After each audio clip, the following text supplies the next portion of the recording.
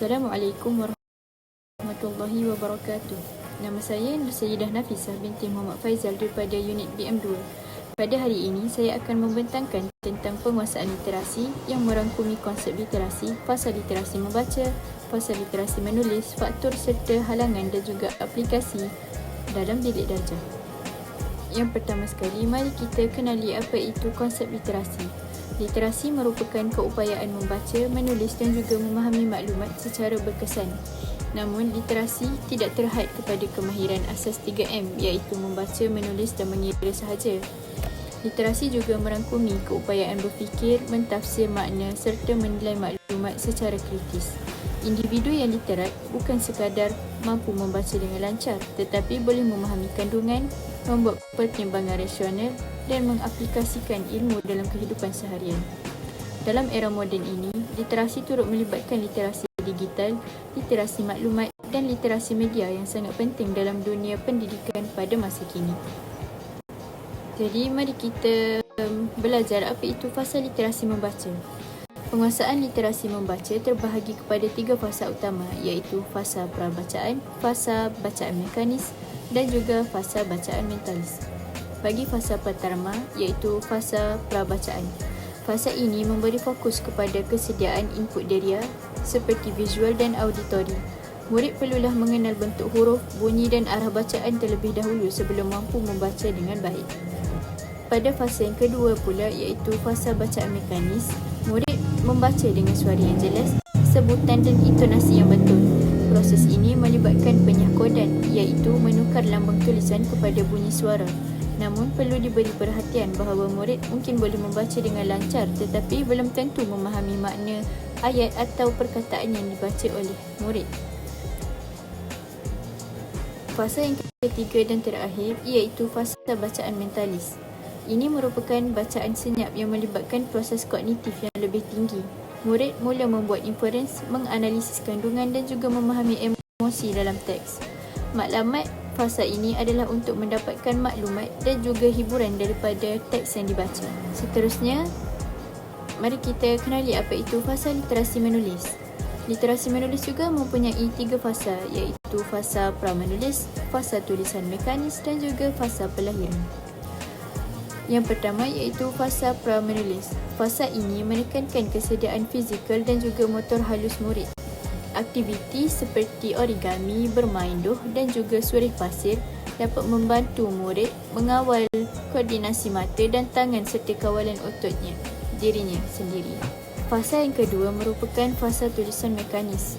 Murid belajar membentuk huruf dengan jelas, mengeja dengan tepat dan menggunakan tanda baca yang betul. Aktiviti seperti latih tubi, menyalin dan imla sangat membantu dalam penguasaan kod dan juga struktur bahasa murid. Fasa yang terakhir bagi literasi menulis merupakan fasa pelahiran. Pada tahap ini, murid mula menterjemah idea dan juga pemikiran abstrak ke dalam bentuk teks. Penulisan menjadi lebih kohesif dan koheren serta melibatkan kreativiti murid itu sendiri. Ini merupakan transformasi daripada sekadar menyalin kepada mencipta. Kemudian mari kita masuk kepada bahagian faktor dan juga halangan penguasaan literasi. Terdapat beberapa faktor yang mempengaruhi penguasaan literasi. Antaranya daripada aspek murid. Perkembangan kognitif, masalah penglihatan atau pendengaran serta minat belajar memainkan peranan penting dalam penguasaan literasi bagi murid itu sendiri. Dari aspek guru pula, kaedah pengajaran yang tidak sesuai atau kurang pengalaman dalam membuat diagnosis boleh menjadi halangan terhadap kebolehan murid itu menguasai literasi. Yang terakhir sekali, persekitaran. Persekitaran juga memberikan kesan dan impak yang besar terhadap penguasaan literasi murid-murid, termasuklah latar belakang sosioekonomi, sokongan ibu bapa dan juga pengaruh rakan sebaya. Seterusnya merupakan aplikasi dalam bilik darjah. Dalam bilik darjah, pendekatan pengajaran perlu disesuaikan mengikut fasa perkembangan murid. Pada fasa awal, guru bolehlah menjalankan aktiviti sensori seperti nyanyian fonik, bermain doh, surih pasir dan juga puzzle. Pada fasa pertengahan pula, guru boleh melaksanakan bacaan kuat, latih tubi dan juga imla. Manakala pada fasa maju, murid boleh didedahkan dengan peta aiting, bedah karya dan penulisan kreatif untuk merangsang pemikiran aras tinggi mereka. Akhir sekali, peranan guru amat penting dalam membuat diagnosis yang tepat. Guru perlulah mengenal pasti punca masalah murid itu tidak dapat menguasai literasi bahasa. Antara contoh masalah yang boleh tercetus ialah masalah tulisan tersebut mungkin berpunca daripada motor yang halus. Seterusnya, guru bolehlah menyediakan bahan secara berperingkat atau bahan bantu mengajar iaitu BBM yang sesuai dengan aras pembelajaran murid tersebut. Akhir sekali, guru bolehlah menjalankan intervensi yang sesuai iaitu pastikan tiada murid tercicir di peringkat asas sebelum memaksa mereka ke peringkat yang lebih tinggi dan abstrak.